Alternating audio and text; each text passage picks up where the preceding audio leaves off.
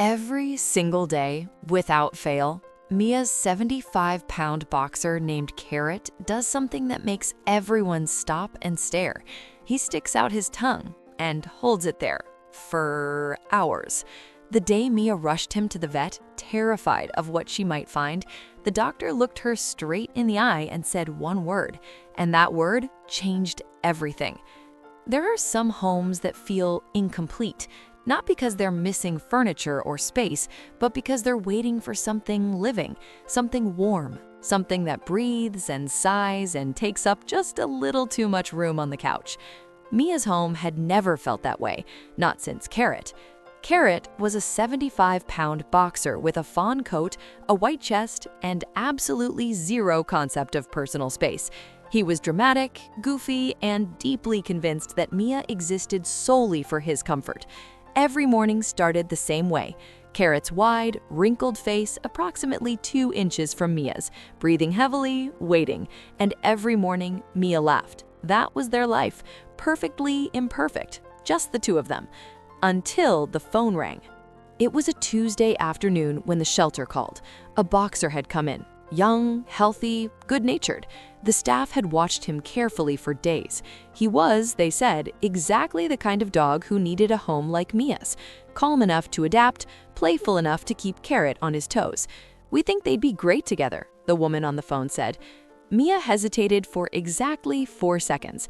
Then she said yes. His name became Melon.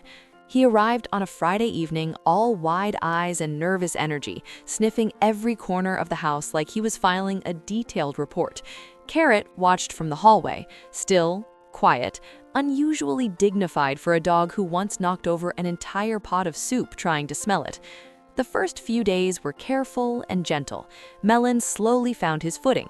He discovered the good couch cushion, the sunny spot by the window, and the exact location of every treat Mia kept in the kitchen. He was, by all measures, settling in beautifully, and Mia, wanting to make sure Melon felt safe and welcome, gave him a little extra attention, a few more ear scratches, a few more soft words, a little more time. It was the right thing to do. Carrot, however, had opinions. It started subtly. Carrot began sitting closer to Mia than usual, which, given his previous proximity habits, was genuinely impressive. He would wedge himself between Mia and Melon on the couch with the calm determination of someone who had reserved that seat years ago. But then came the tongue. Every time Mia reached over to pet Melon, Carrot would slowly, deliberately stick out his tongue. Not a quick flick, a full, extended, dramatic presentation. He would hold it there, staring at Mia with the saddest eyes she had ever seen on a living creature, as if silently delivering a speech about loyalty and betrayal. Mia laughed every time. She couldn't help it. It was the funniest thing she'd ever seen. But after a few days, the tongue didn't go away. It was out constantly, during meals, during walks, during quiet evenings on the couch. Carrot walked around the house looking like a cartoon of himself, tongue hanging, eyes low. The laughter started to fade. A quiet worry took its place. What if something was actually wrong? I can see you're still not subscribed. Honestly, that breaks my heart a little. Hit that subscribe button. You don't want to miss what happens next.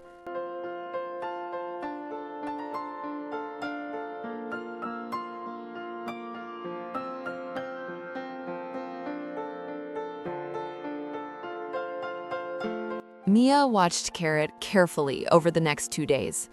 He was eating, he was drinking, he was still following her from room to room like a furry shadow with abandonment issues, but the tongue remained, constant, drooping, concerning.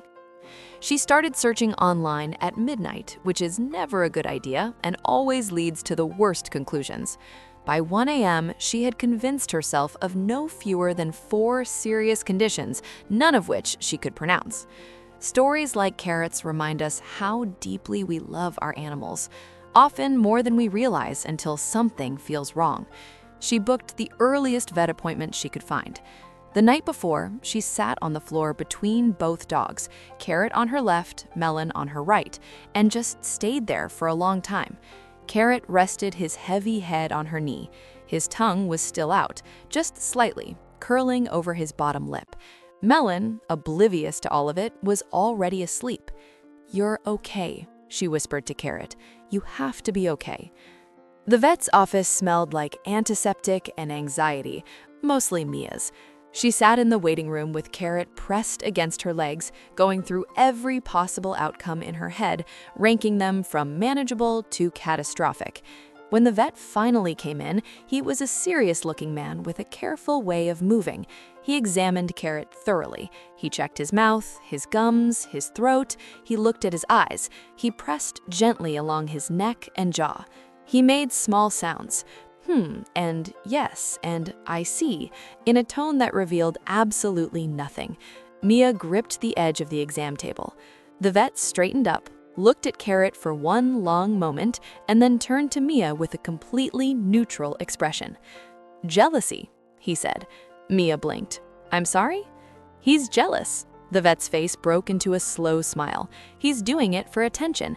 Classic boxer behavior when a new dog enters the home. He's completely healthy. He just wants you to notice him." He said it so warmly, so simply, that Mia felt the tension leave her body all at once. She looked down at Carrot. Carrot looked back at her, tongue out, eyes wide, completely unashamed. Mia laughed so hard she had to sit down. She drove home with both hands on the wheel and a ridiculous smile on her face. Carrot rode in the back seat, looking like he had won something. Melon was asleep before they hit the first traffic light. That evening, Mia sat on the floor again, same spot, same position, but this time she pulled both dogs close. Equal scratches, equal attention, equal everything. Carrot's tongue slowly, ceremoniously went back into his mouth. There's something quietly profound about the way animals ask for love. They can't use words, so they use everything else. A drooping tongue, a pair of pleading eyes, a slow lean into your hand.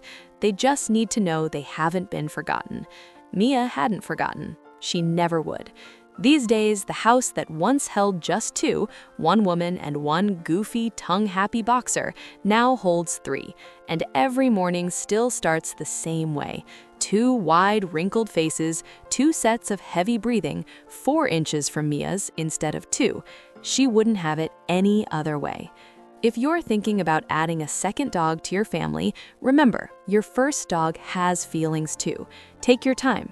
Give equal love, and maybe, just maybe, keep a vet's number handy, just in case. Is Carrot a drama queen, or was he completely justified? Tell me in the comments.